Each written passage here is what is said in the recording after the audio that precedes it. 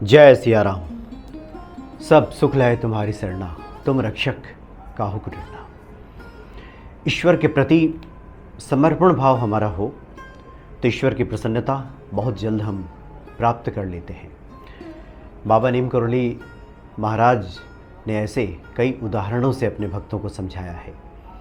सिर्फ बातों से ही नहीं बल्कि उन क्रियाकलापों से, जिससे स्पष्ट हो जाता है कि जो लोग भी ईश्वर के प्रति समर्पण भाव से जुड़ते हैं, अपना सब कुछ उन्हें ही समर्पित कर देते हैं। और ख़ासकर कई बार होता है कि हम जब ईश्वर दर्शन के लिए जाते हैं तो बहुमूल्य वस्तुएं उपहार स्वरूप जब ले जाते हैं भेंट करने के लिए, बड़े बड़े जब भंडारे करते हैं, काफ़ी कुछ खर्च करते हैं, तो एक अभिमान सा आ जाता है कि हम ईश्वर के लिए सबसे अच्छी थाली सजा कर ले गए हैं। और यहीं पे कहीं ना कहीं कुछ चूक हो जाती है। शास्त्रों का वचन है कि जब हम ईश्वर को भोग लगाते हैं तो भोग लगाने का एक मंत्र भी कहते हैं कि त्वदीयम वस्तु गोविंदम तुभ्यमेव समर्पये गृहाण सम्मुखो भूत्वा प्रसीद परमेश्वरा।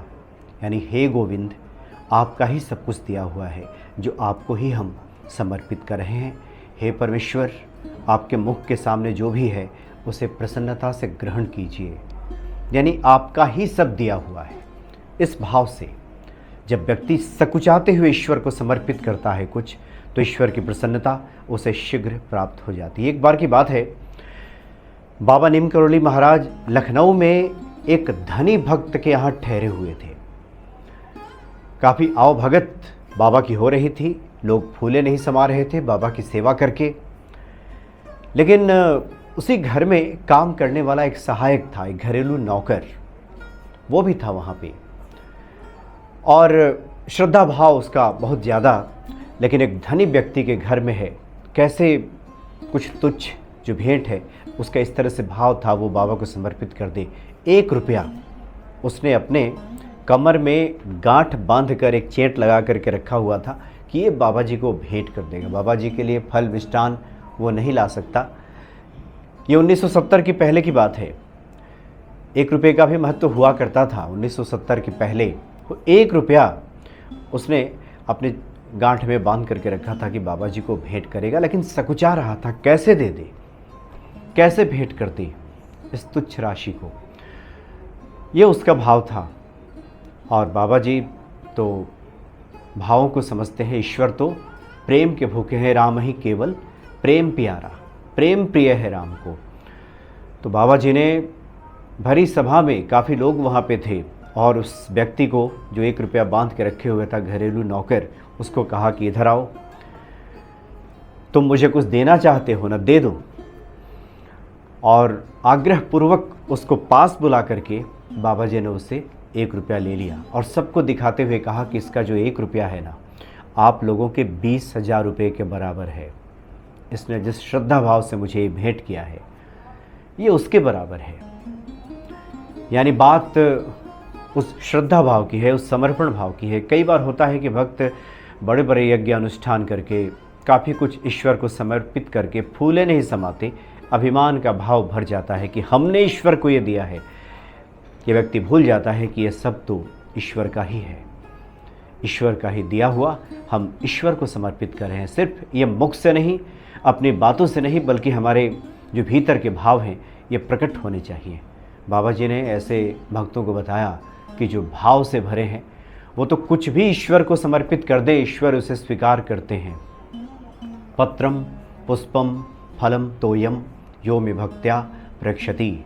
जो मेरा भक्त है वो मुझे पुष्प, फल, जल, कुछ भी, पत्ता, कुछ भी उठाकर समर्पित कर दे भाव के साथ, उसे ईश्वर ग्रहण कर लेते हैं।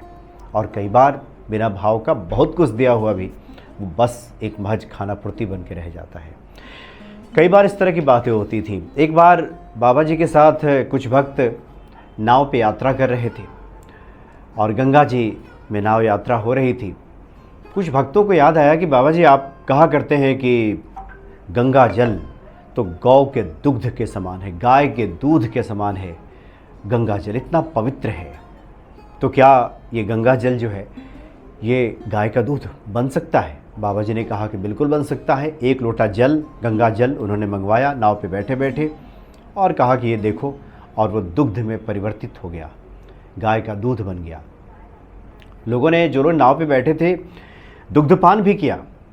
एक भक्त ने कहा कि कुछ लोग जो रह गए हैं बाहर, उनके लिए थोड़ा दूध बचा लेते हैं, उनको बाहर दिया जाएगा। लेकिन बाबा जी ने उस गिलास को खींचा और फिर गंगा जी में उसको फेंक दिया। तात्पर्य यह है कि कुछ भी मुश्किल नहीं है ईश्वर के भक्तों के लिए, सब संभव हो जाता है। इस देश में कई ऐसे संत हुए जो इस तरह के चमत्कार भी घटित होते लोगों ने देखा है, और बहुत विस्तार से इसकी चर्चा बाबा नीम करोड़ी के अलौकिक प्रसंग में किया गया है। और ये जो अद्भुत लीलाएं हैं बाबा जी के, ये ईश्वर से जुड़ने का बहुत ही अद्भुत संदेश देती हैं। इसलिए जो लोग कहते हैं कि उनकी सामर्थ्य नहीं है कि वो ईश्वर की पूजा कर सकें, तामस तन कछु साधन ना ही, उन्हें ऐसा लगता है, तो ऐसे लोगों के लिए बहुत बड़ा संदेश यहाँ पे छुपा है। हनुमान जी ने तो विभीषण जी को बताया था कि तामस तन है आपका, कुछ साधन नहीं है, तो क्या हुआ, हम ही कौन से बड़े कुल के हैं, और देखिए हमें किस प्रकार से प्रभु राम ने स्वीकार किया है। इसी प्रकार से बाबा ने ऐसे लोगों को संदेश दिया कि जिनके पास सामर्थ्य नहीं है, वो ऐसा मानते हैं, लेकिन भीतर का उनका भाव है, जो कुछ भी है श्रद्धा भाव से ईश्वर को अर्पित करेंगे, ईश्वर उसे स्वीकार कर लेंगे। और लोग ये ना भूलें कि जो सामर्थ्यवान है, उन्हें सामर्थ्यवान उसी शक्तिशाली प्रभु ने बनाया है उन्हें, इस भाव से त्वदीयम वस्तु गोविंदम, इस भाव से कि आप ही का दिया हुआ सब कुछ है और आप ही को समर्पित है। इस भाव से अगर आप ईश्वर की शरण में रहें तो निश्चित तौर पे ईश्वर की कृपा हमें प्राप्त हो जाती है। जय सिया राम।